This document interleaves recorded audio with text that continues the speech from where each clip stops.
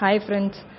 பல்வேறு நாடுகளில் வாழற நம்ம இந்தியர்களை பேரிடர் காலங்களின் போதும் போர் காலங்களின் போதும் மீட்டு நம்ம இந்தியாவுக்கு கொண்டு வரதுக்காக நம்ம இந்தியன் கவர்மெண்ட் மூலமாக எடுத்த நடவடிக்கைகள் பற்றி பார்ப்போமா? அதன்படி ஆப்ரேஷன் மைத்ரி 2015 நேபாளத்தில் ஒரு நிலநடுக்கம் ஏற்பட்டது. அங்கிருந்து நம்ம இந்தியர்களை பாதுகாப்பாக இந்தியாவுக்கு அழைச்சிட்டு வரதுக்காக எடுக்கப்பட்ட நடவடிக்கை பேர் தான் ஆப்ரேஷன் மைத்ரி. ஆப்ரேஷன் ராஹத் அதுவும் 2015. அது என்னன்னா, ஏமன் அரசுக்கும் பௌதி கிளர்ச்சியாளர்களுக்கும் போர் நடந்துட்டு இருந்தது.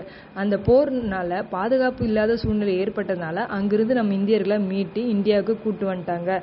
ஆப்ரேஷன் வந்தே பாரத், ஆப்ரேஷன் சமுத்திர சேட்டு. ஆப்ரேஷன் வந்தே பாரதும் ஆப்ரேஷன் சமுத்திர சேட்டுவும் டியூரிங் லாக்டவுன் பீரியட்ல கொரோனா காலகட்டத்தில் வெளிநாட்டில் சிக்கி தவிச்ச நம்ம இந்தியர்களை நம்ம தாய்நாட்டுக்கு கூட்டு வந்தாங்க. ஆப்ரேஷன் வந்தே பாரத்னா ஏர்வேஸ் மூலமா இந்தியர்களை மீட்டு கொண்டு வரது.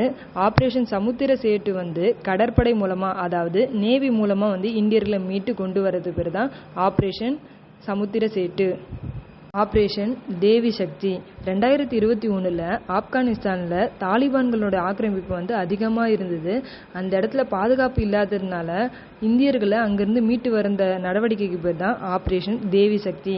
ஆப்ரேஷன் கங்கா 2022 ரஷ்யாவுக்கும் உக்ரைனுக்கும் ஏற்பட்ட மிகப்பெரிய போரின் காரணமாக உக்ரைனில் முக்கியமாக ஹையர் ஸ்டடீஸ் படிச்சுட்டு இருந்த நம்மளோட இந்தியன் ஸ்டூடெண்ட்ஸை அங்கிருந்து மீட்டு கொண்டு வந்தாங்க. அந்த ஆப்ரேஷன் பேர் தான் ஆப்ரேஷன் கங்கா 2022. ஆப்ரேஷன் காவேரி 2023 சூடானில் ஏற்பட்ட உள்நாட்டு கலவரத்தினால அங்கே பாதுகாப்பு இல்லாத சூழ்நிலை ஏற்பட்டதுனால இந்தியர்களை அங்கிருந்து மீட்டு கொண்டு வந்த ஆப்ரேஷன் பேர் தான் ஆப்ரேஷன் காவேரி 2023.